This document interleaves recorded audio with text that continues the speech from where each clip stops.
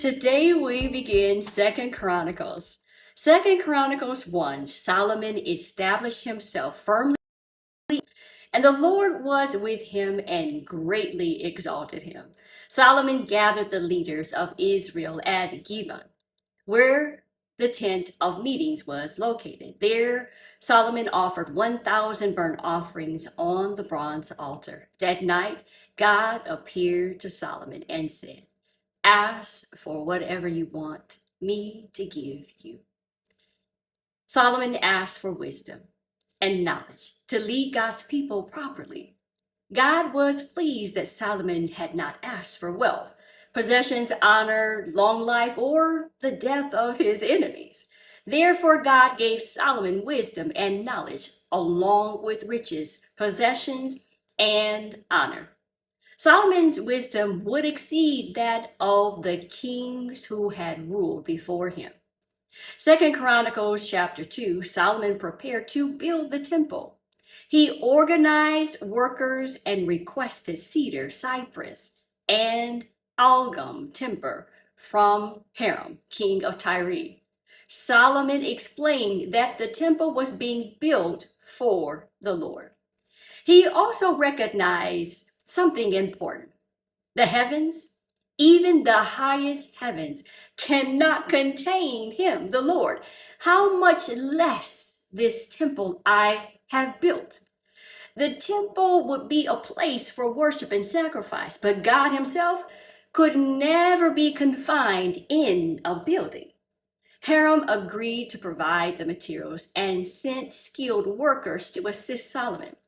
Second Chronicles chapter 3, Solomon began building the temple in Jerusalem on Mount Moriah, at the site David had prepared.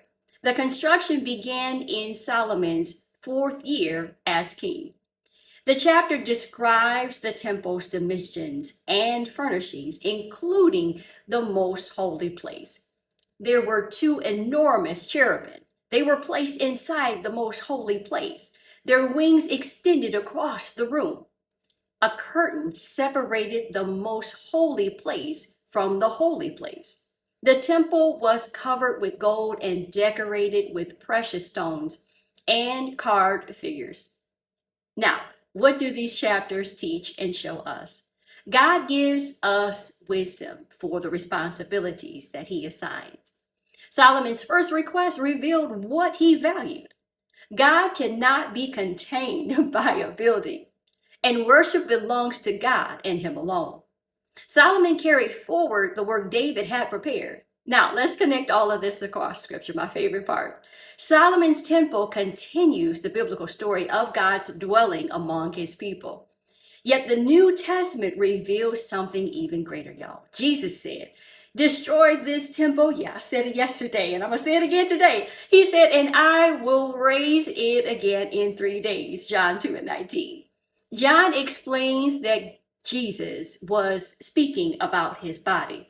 The temple points forward to Christ, where God's presence is revealed in a much greater way. Now, I'm encouraging you to read Second Chronicles chapters 1 to 3 in full. Y'all watch. Solomon asked for wisdom. Watch the temple begin to rise. And remember, God cannot be contained by human hands. Yet he chose to dwell, and there is a difference, among his people. The story continues tomorrow.